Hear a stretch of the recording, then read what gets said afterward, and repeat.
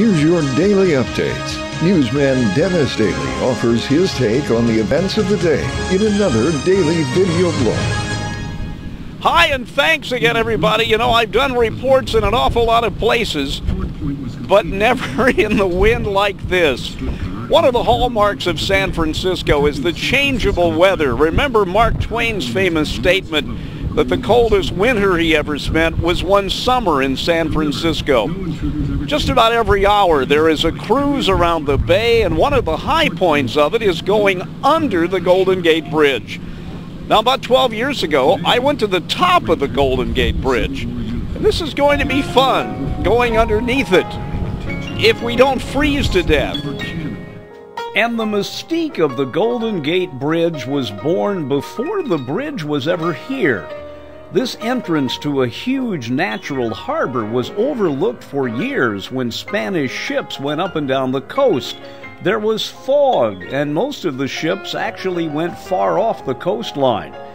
Then they noticed the small opening in 1769. After the San Francisco Bay was discovered, and word got out that it was one of the world's largest protected harbors, the landscape would never be the same. Along a growing number of docks, the ships of the world started arriving in San Francisco. It wasn't long before the city took on a kind of Barbary Coast bohemian persona, one that in many ways remains today. San Francisco quickly grew, becoming the West Coast city years before Los Angeles would come into its own.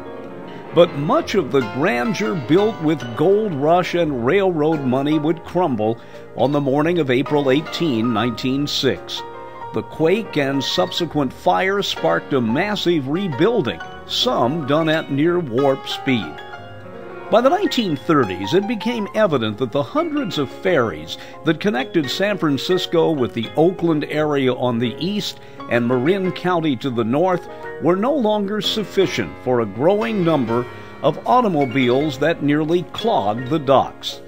In 1933, work had begun on the Oakland Bay Crossing, an incredible combination of twin suspension bridges end-to-end, the world's largest vehicular tunnel, one of the world's largest cantilever bridges, and more than a mile of truss bridge. It was finished late in 1936. That is a beautiful complex of bridges, but it's an ugly stepsister compared to the crossing at the Golden Gate. Painted international orange to better blend in with the surroundings, the Golden Gate Bridge, for decades the longest in the world, was opened 6 months after the Bay Bridge. Today it remains one of the iconic symbols of one of the world's most romantic cities.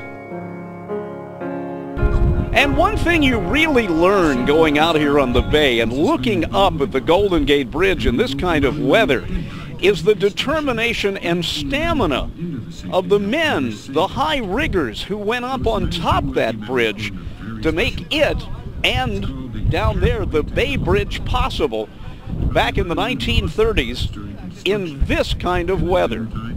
From underneath the Golden Gate Bridge, I'm Dennis Daily with your daily news update.